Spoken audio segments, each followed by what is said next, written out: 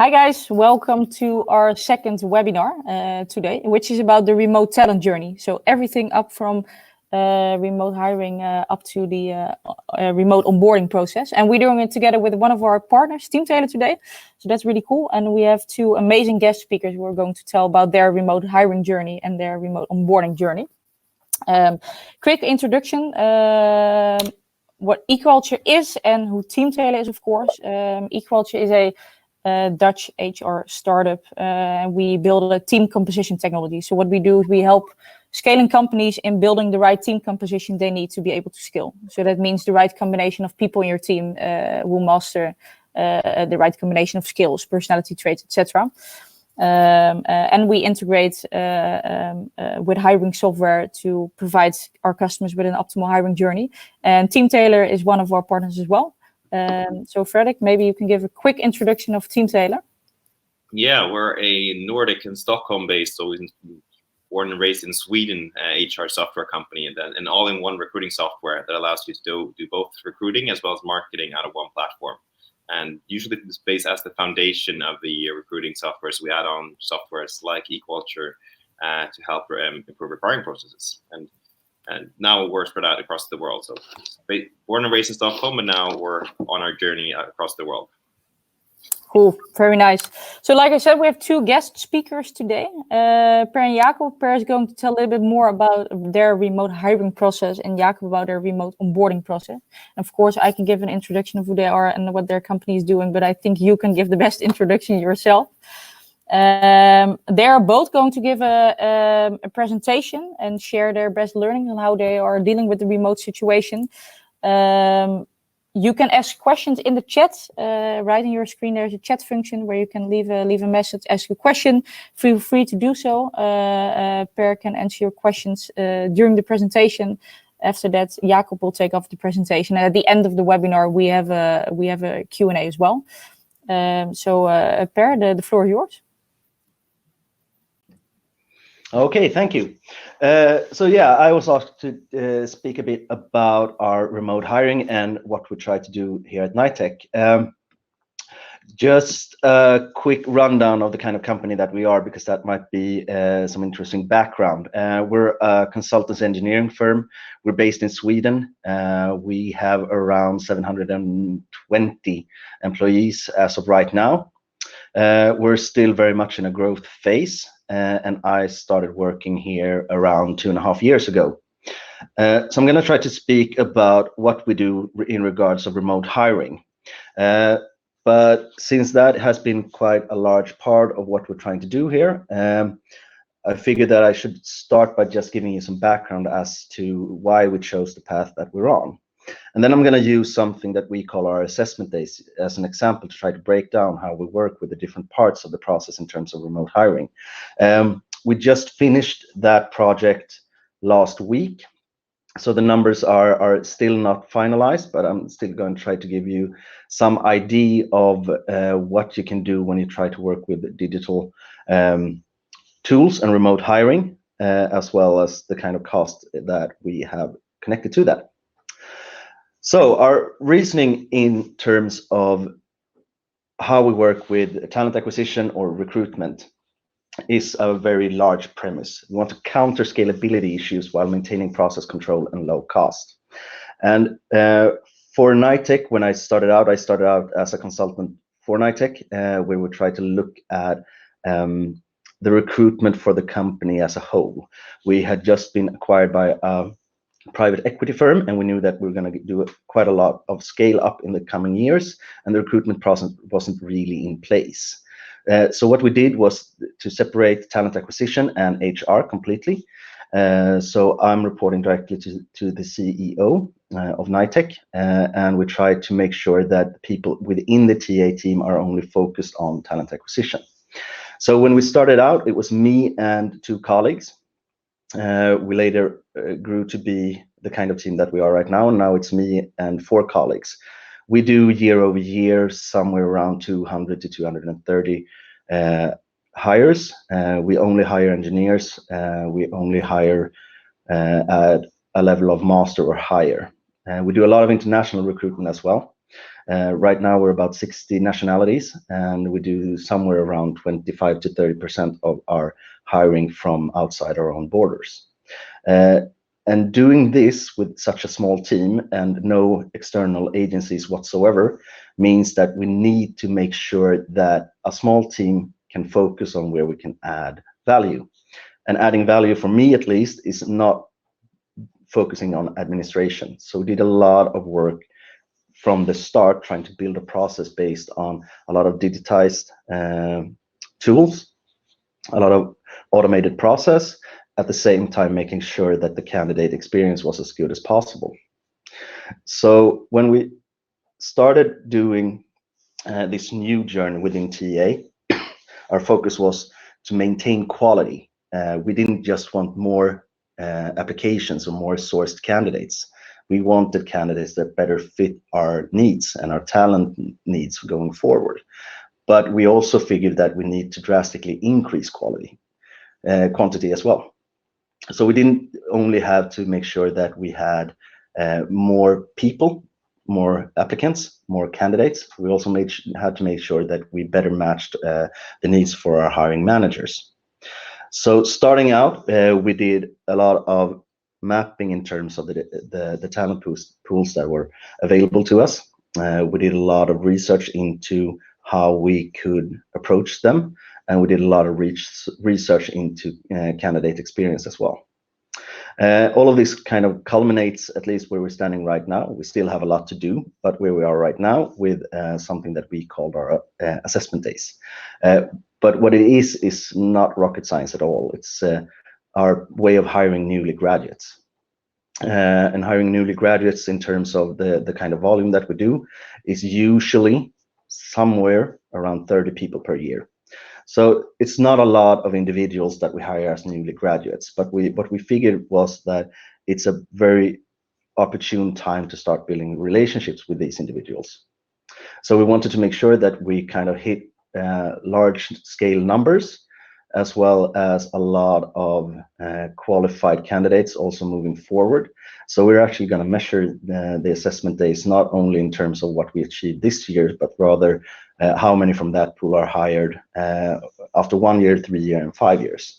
So it's a long-term commitment in terms of trying to figure out if we did something good. But from my point of view, we're quite sure that we managed to do something that actually will pay off.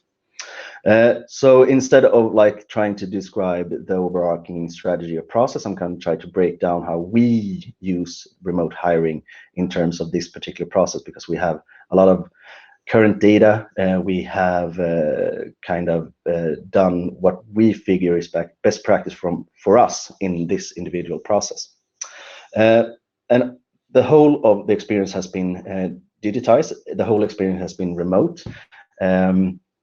We figured at the start of it that we're going to have more face-to-face meetings, but rather at the end of the process. But the way things are, we're not going to be conducting face-to-face at all, and we've already hired quite a lot of people from it. So let's try to walk through what it is and what we did. So for our assessment days, we did of course quite a lot of marketing towards the talent pools that we wanted to apply.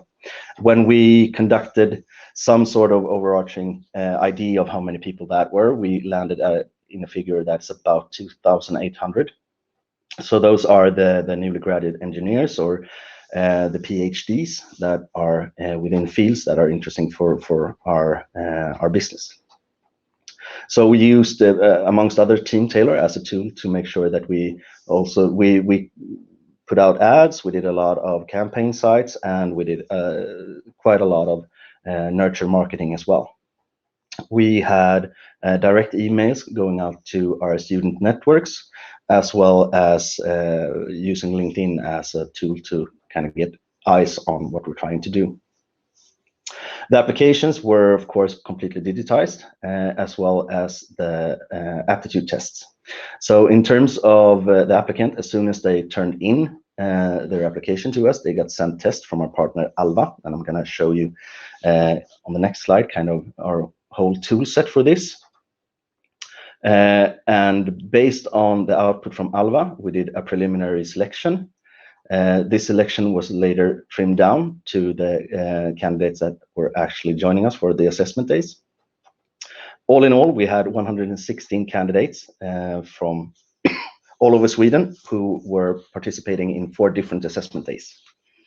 During the day in itself, they got a case based, they got 2 cases based on our client's need. So we gave them access to a digitized platform to work collaboratively. In this case, we used MS Teams, which meant that we as a hiring company could also watch their process leading up to the assessment days in and of itself. So each case group got around 2 weeks time to prepare, to start doing basic research to try to figure out the kind of case solution that they wanted to present. And we made sure that they had all the information that they could need to be able to work together. The different groups were put together based on the kind of backgrounds that the candidates had. So each group was a mix between different competences, which meant that we could also see in action how they work collaboratively. Something that's really important for us as a company and the way that we're organized is the ability to be able to work with engineers from different backgrounds. Since we do a lot of work within product development, the ability to be able to speak with people from different skill sets and be able to work together with those people are incredibly important for us. We do a lot of deliveries towards our clients based on a team environment where a lot of different consultants from Knightec work together. So we're able to watch the process in its entirety during these 2 weeks. And during the assessment day in and of itself, we got to see their presentations. And the level of work that was produced is quite staggering, to be very honest with you. The same cases that our candidates got to engage in was posed to the whole of our organization about 6 months ago. And the case presentations were absolutely in line with what our senior consultants produced as well.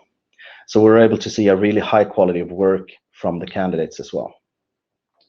The interviews, in some cases 1 interview round, in some cases 2 interview rounds with 2 different managers or prospective colleagues, were done remotely. The reference check was done remotely and automated. And the whole of this process was conducted from the assessment days until we had the first signed candidate in less than 36 hours without any face-to-face meeting whatsoever. And we already have several of the signed candidates already out in assignments towards our customers. So we kind of made sure to prove that it's very, very feasible to conduct a fully remote, fully digitized, and almost fully automated hiring process without having to meet. And that includes getting the consultants out on assignments for our clients. So just to kind of give you an idea of the tools that we use to make sure that we can do this, we have Teamtailor, which is our ATS. We use a lot of the features that's built into Teamtailor in terms of nurture campaigning, talent pool overview. We use a lot of triggers and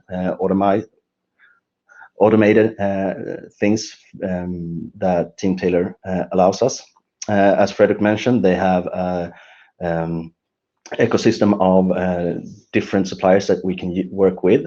For us, we use a company called Alva Labs that makes sure that we can automate the testing. In this case, we look at general mental ability and a Big 5 personality test where we screen for conscientiousness. We use Checkster as an automated reference tool, which means that when we started using Checkster, just to kind of give you a scope of the kind of time saved that's involved, the first year we saved around 2,000 working hours using an automated tool rather than calling references without any dip whatsoever in quality, which we now can measure a bit more thoroughly since it's been about 2 years. How we score individuals. We had a scorecard that we used. This is a question from Alice Lidgard. How do you score individuals in the team assignment? We scored at 3 levels. We scored the team, where we gave the feedback to the team as a whole. We had scorecards that we as a TA team had at hand, since we could follow their process and work during the 2 weeks leading up to the assessment days. And we had a scorecard for each individual based on both interviews and what they delivered during the case presentation. What we have learned now, as in terms of what we're going to do differently next year, is that we didn't have enough differentiation in terms of a digitized case presentation and being able to accurately judge each individual. We rather had to go back to what we could see during the 2 weeks leading up to the assessment day, rather than during the assessment day in and of itself. I don't know if that answered your question, Alice. If it didn't, please type more. For the collaborative environment for our candidates, we used Microsoft Teams, which is something that we use internally, which meant that it was really easy to add on to our existing infrastructure. We used Zoom in terms of case presentations, as well as webinars, because we had a lot of Q&A sessions with the management teams, individual hiring managers and consultants from Knightec. And then we use Scribe to digitally sign the employment contracts. Per, do you think that if you would have left out one of these tools, you could still manage the remote hiring situation? Or do you think that all those tools are really necessary to keep it running? For us, the way that our recruitment process is handled, I don't think that we could do it without any of these 6. You could probably use other tools instead, but since we need an ATS to be able to manage the administration, we do conduct tests for all our candidates, so we need that. We do conduct digitized reference checks, which means that we need a tool for that. We could, of course, use another collaborative platform than Microsoft Teams. That we choose Microsoft Teams is just because we already had it at hand. We could use Teams Live instead of Zoom, but that feature wasn't launched when we planned this. And we could use another tool to sign the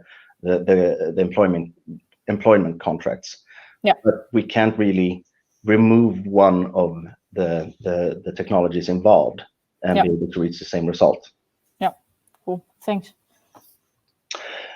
And in terms of the actual output from this, let's look at numbers. I like numbers. So this is the year-over-year improvement. Our applications rose a lot. That is very much in thanks to the nurture campaigns that we did. We raised the bar of the cutoff in terms of the tests, how well they need to match our expectations to be able to move on, which still gave us a talent pool that was so much larger than we had previous years. From that, we could figure that about 490 people were actually qualified, interested, and available. We use the terms QIA quite often internally. And we don't know how many hires we're going to do. Probably a bit less in terms of newly graduates in respect to the COVID situation, but I would estimate somewhere around 16 or 17. But as I said previously, we're not going to measure it how many newly graduates we hire right now. We're going to measure in terms of success how many we hire after 1 year, 3 years, and 5 years, because we're more interested in building relationships with these 527 individuals rather than seeing how many newly graduates we're able to onboard. And we also saw a drastic raise in terms of candidate net promoter score. Okay, let's see right now. Well, the soft skills are in the same way that we would do it in an interview. Actually, we figured that we got to see more in terms of their collaborative skills, in terms that we got to see them actually doing work with other engineers in a setting similar to what they were going to be performing if they actually started at us. We tried to make sure that the situation that the candidates were put in front of was similar to working here as we possibly could. The cases were from our clients, things that we've actually been working on internally beforehand. So we knew that this is something that they could possibly be working on if they started with us. We put together the teams as similar to what they could expect if they started working here, with representatives or competences that would be found in each of our 4 business areas.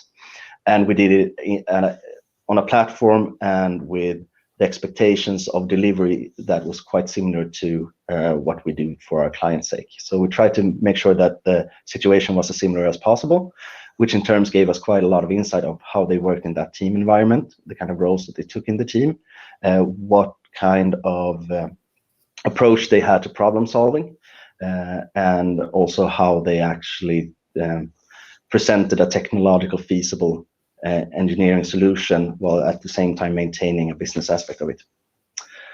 Cool. And to that, of course, interviews. Cool. Per, we slowly need to move on to Jakob's presentation. But if you could give one tip for people who are struggling with implementing remote hiring, the one best practice that everyone should implement to make it work better. Make sure to find an ATS that can support the digitalization of the recruitment process. The ATS, at least for us, and I think for a lot of recruitment is so central still. So if you find something that's easy to add on and easy to scale, then I think you're pretty much set. Yep. Cool. Thanks. Well, of course, at the end, after Jakob's presentation, we have a Q&A where you can still ask Per some questions if you have them. But Jakob, it's time for your presentation. So the floor is yours. Thank you very much. Yes, hello. I am Jakob. I work as a talent acquisition manager in Gothenburg on the west coast of Sweden in a company called Adfenix. We are a prop tech company, and we are building a marketing automation platform for real estate agents globally. We are about 60 people in 3 offices: Gothenburg, Melbourne, and London. And that's pretty much it about us. We haven't done remote onboarding a lot in the past. We have a pretty good sort of standard onboarding process, but we had just signed with 5 people when the coronavirus hit us. So we needed to come up with something on the fly. So we had to adjust a little bit about what we were doing and make it work in a remote setting. So I'm not an expert, but I would like to share a little bit of what we are doing and what seems to work fairly well here. First of all, I think it's stating the obvious, but investing in onboarding it's not a waste of time. Organizations with a standardized onboarding process experience 62% greater new hire productivity, along with 50% greater new hire retention. So I think most of the people joining this webinar understands the importance of onboarding. But I think it becomes even more important to have a really good onboarding process when it's done remotely. And the first thing that I would like to share that we put an emphasis on at Adfenix is to show care and passion in that process and show some heart. Can you see my heart is beating here? I brought it for you to see today. Because it's a difficult situation or challenging situation to start a new job for anyone.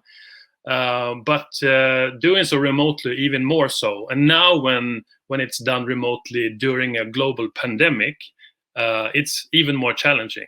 So I think it's so important to keep that in mind and to convey that to the new recruits along the way, that you support them, you stand behind them, you show empathy, that this is not really an easy situation or ideal situation.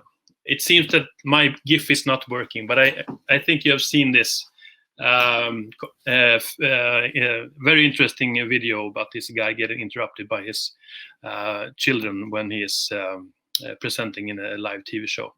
So one example of how stressful it can be. This is Marcus. He's a team lead or one of the team leads for our engineering team. He's been managing 80 people in a very stable company. But when I approached him and we talked about the Adfenix opportunity, he felt really compelled. He wanted to bet on this startup journey, but it was a risk that he was taking. And just a couple of weeks after he had signed, then the coronavirus hit.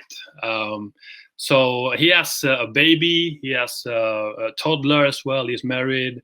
And by the way, I forgot to mention, he actually is living in Sao Paulo, Brazil, and he was about to move his whole family from Brazil to a new continent, to a new country, a new company, a new job. And Marcus, he needs to know that we stand behind him, we support him, we understand that this is a stressful situation for him to go through. So that's something we try to really, really major on during this time. And the other thing I would say related to care and passion is it's more about actually the recruiting and the recruitment process, and that is to hire passionate people who really, really care about what they're doing, about the value that they're adding. And Marcus is one of those guys.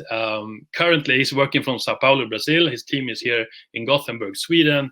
And in order for him to sort of work similar hours as his team, he starts his day at 4 a.m. in the morning working for us. So you can see some true commitment and passion. That's probably not going to be sustainable long term, but for now, for the onboarding phase, it's something he has asked to do. It's on his own request, and it shows that there is a passion there. And when you have those kind of passionate people are really, really there to deliver.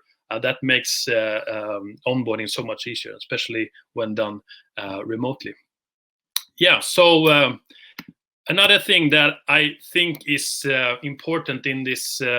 In relation to showing passion and care, I think the talent acquisition manager has a really, really important role to play there.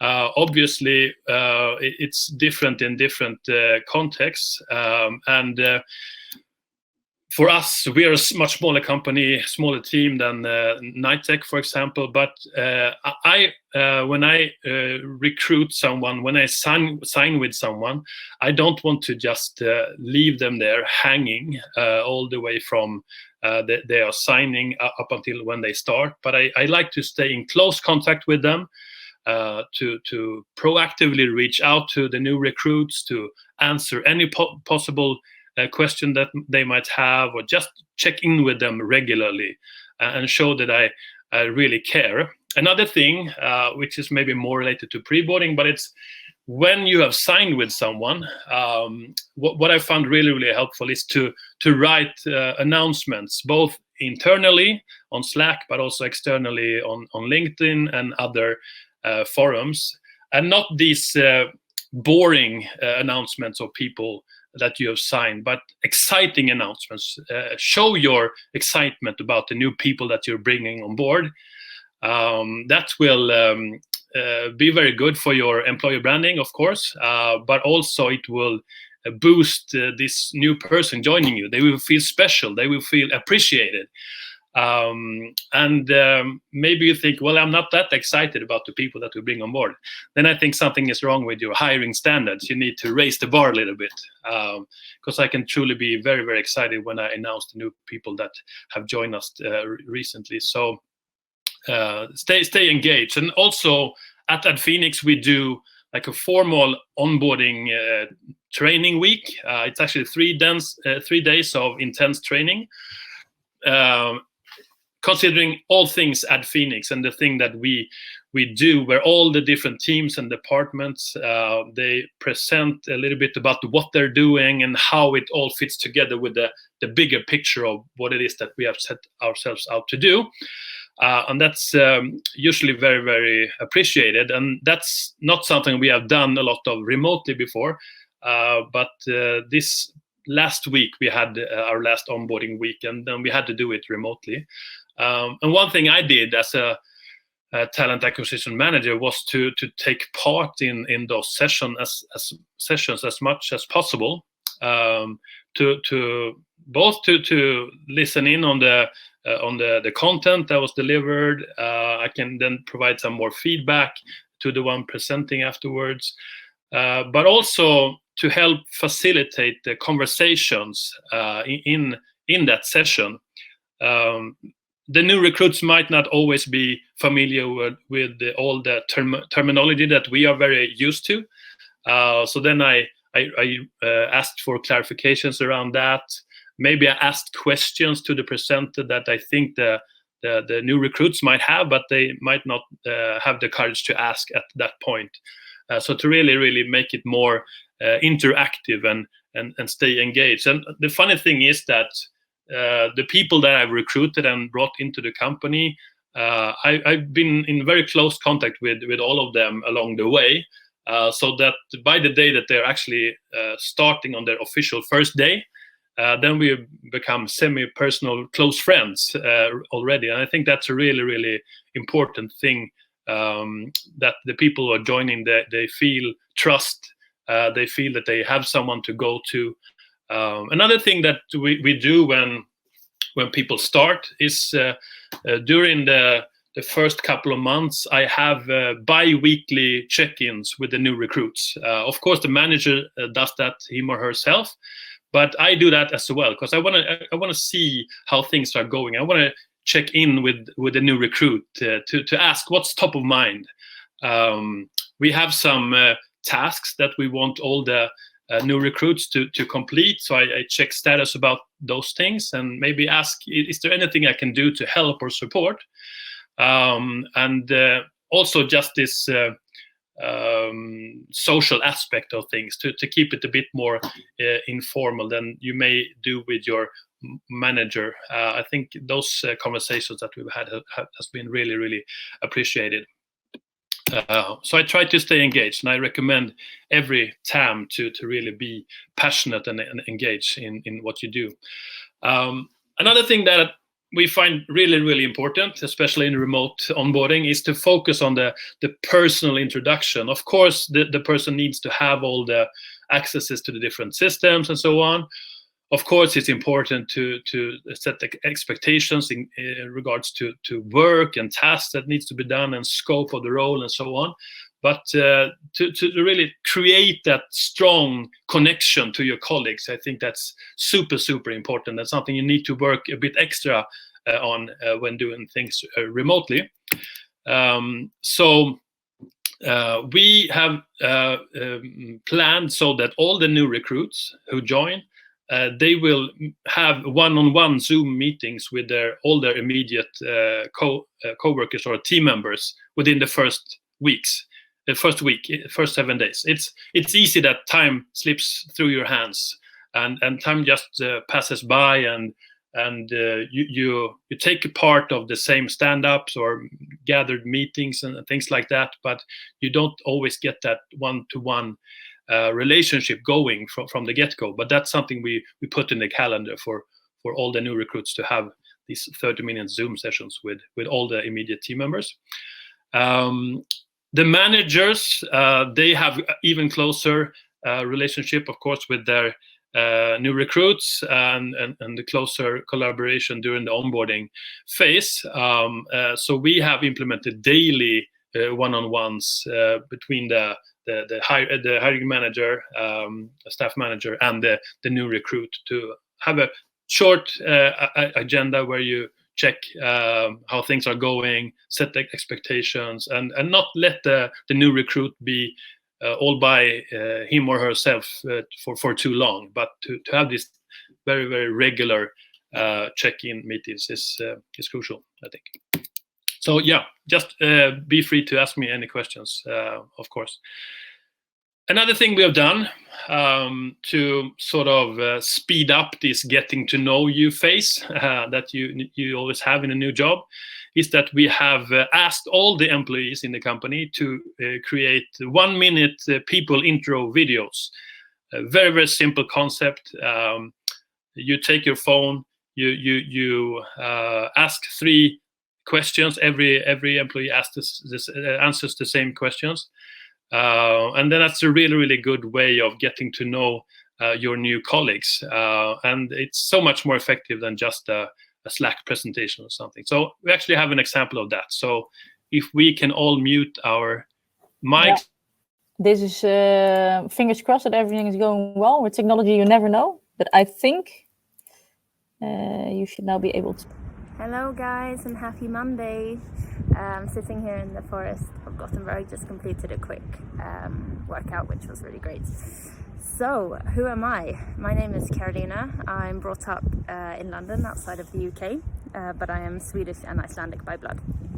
I have a big family, 4 siblings actually. 2 of them are really young, only 3 and 6, so that's super fun.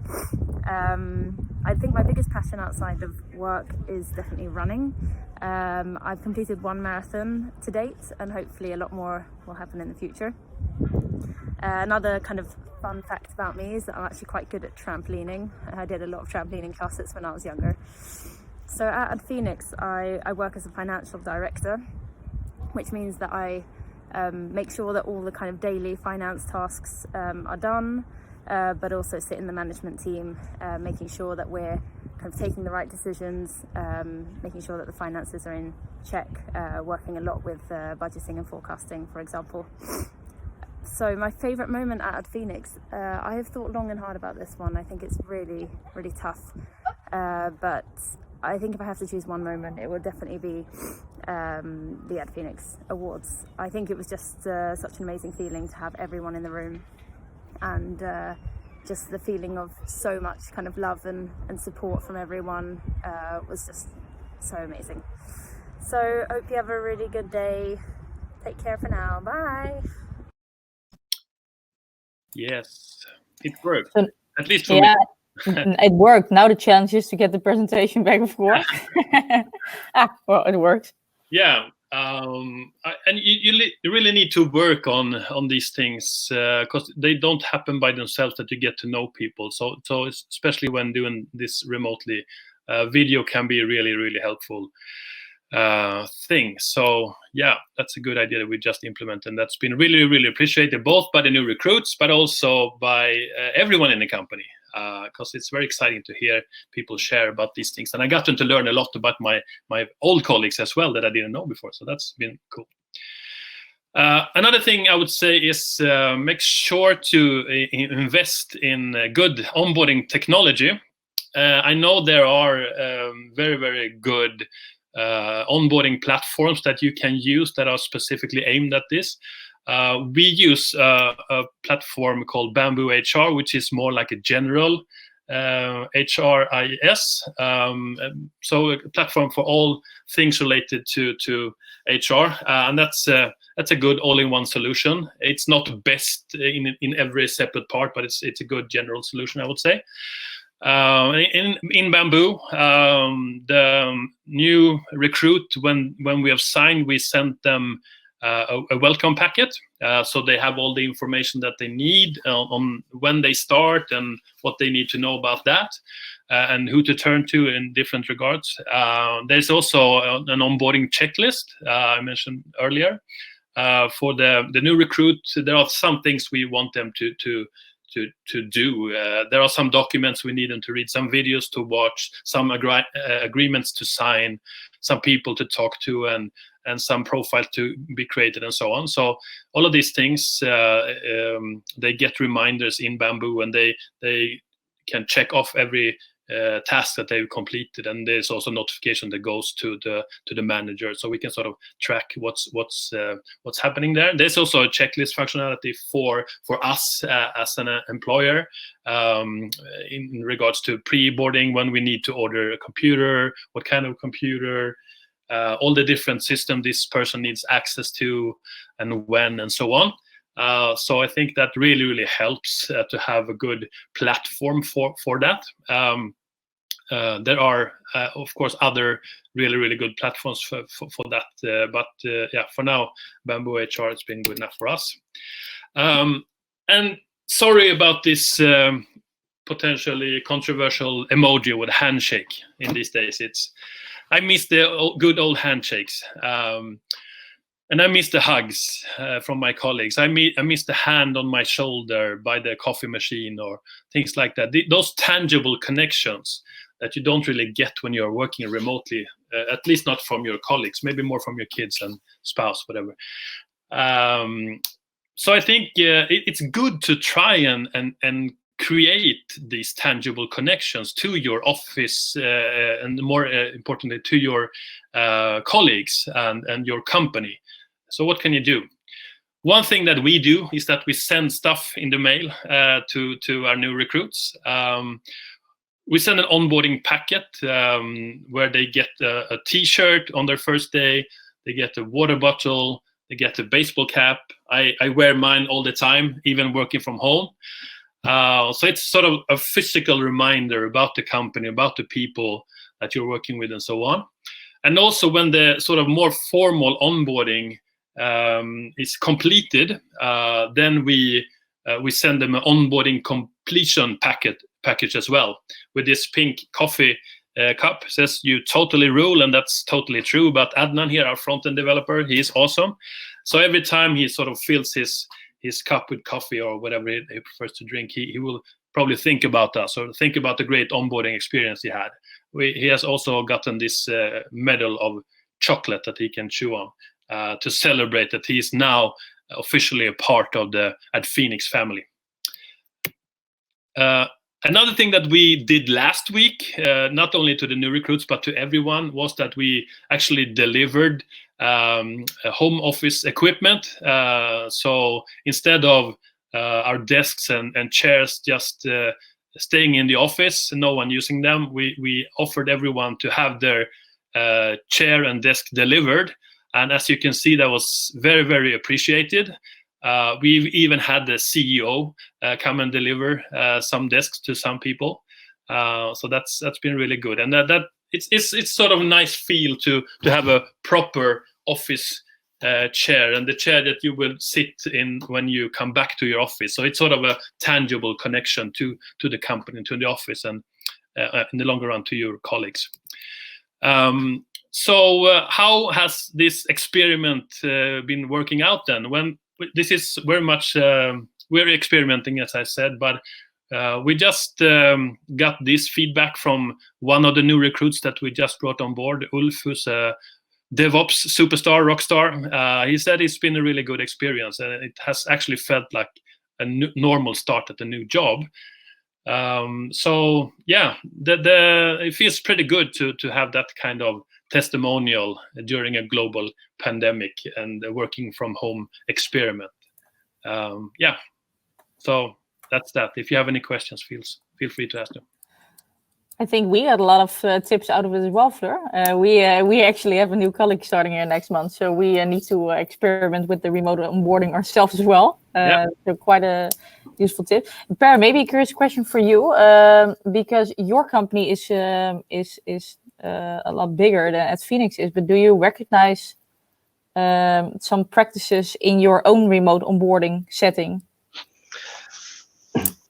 I have something terrible to confess to. I'm not at all involved in the onboarding. I mean, sure, we do work with okay.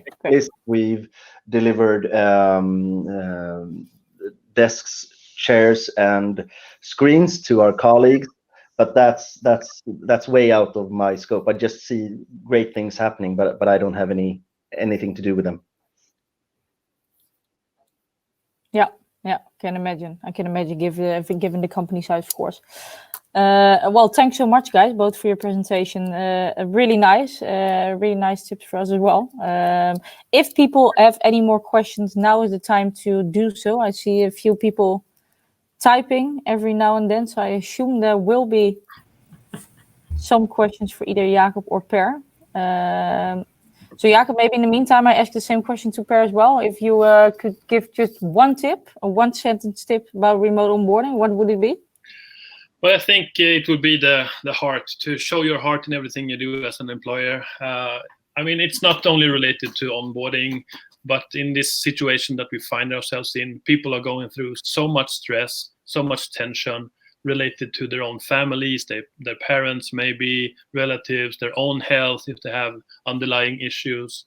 and then the on top of that, the stress of working remotely and in a new company and joining a new company to really show a lot of trust and care and to make sure that the new recruits feel that. I think that would be my one takeaway. Cool. So I think that if I would summarize this webinar, the one tip that I got out of Per's presentation, which I totally agree with, by the way, is that your tool stack is really, really very important in a remote hiring situation. Being able to organize and structure everything. And of course, Jakob, fully agree with you. Being human in these situations is, I think, more important than ever. I see 2 questions coming in, so maybe we can handle the last 2 questions. And I see that we are running a little bit over time, so I hope that people still have time for the questions. I see a question for you, Jakob, from Eric. Do you think the remote onboarding would be as successful if there weren't any ongoing pandemics? I mean, do you think that new hires have adjusted their expectations due to the coronavirus? Yeah, that's a very interesting one. Yeah, definitely. I don't know for sure, but we have all seen that this can work. And I think this phase that we're going through globally is something that we will remember. And I think we all know that we can do things differently now. So it can be done. It could be done even before Corona. But I'm not sure that people had that kind of mindset then that we now, all of us, have to have, in a sense. So. Yeah, completely agree. And I see the last one from Basil. I hope that I pronounced your name correctly. How do you keep your working from home workforce motivated remotely? Yeah, I think that's a pretty interesting one that a lot of people are struggling with. How is that for you, Per, for your team? We did what I think a lot have been doing, just making sure that we have daily check-ins, that we don't focus on work. We're just sitting down 15 minutes before lunch, 15 minutes after lunch, just checking in, talking about everything besides work. My team is already distributed, so we're quite used to not seeing each other every day. There's 4 of us in Stockholm, there's 1 of us in Gothenburg, but having regular check-ins and just speaking about something else has been really important for us. Otherwise, we have a lot of digitized systems, which means that we follow our KPIs quite closely. So still having some sort of overarching idea of what people are doing day to day, as well as leaving time to just being able to interact. Yeah, I can imagine. I hear a lot of companies doing the daily check-ins, and it works, I think, really well to at least keep involved in what everyone's doing. Very last question from Anna to Jakob. You mentioned that you had a 3-day onboarding program. How interactive sessions did you create for such online onboarding, and what kind of tools did you use for that? Yeah, so the tool is Zoom, and it's not rocket science at all. It's a presentation similar like this, and what we could see that some of the presenters were much more involving their the people listening with questions and letting people think themselves and come up with an answer to different possible problems and so on. I think that's really, really important, and that's something that we have learned to be involved in the onboarding process, in the training sessions, to also help evaluate how can we do things more interesting and more interactively.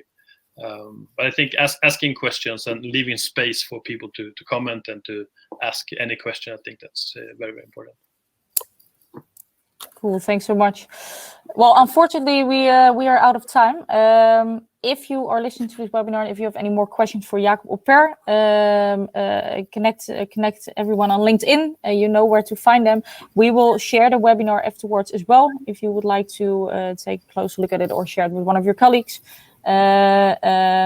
Special thanks to Jakob and Per for being the guest for today, and for all the practical insights you've provided us with. Very nice. I hope you are doing all fine in the remote hiring and remote onboarding situation.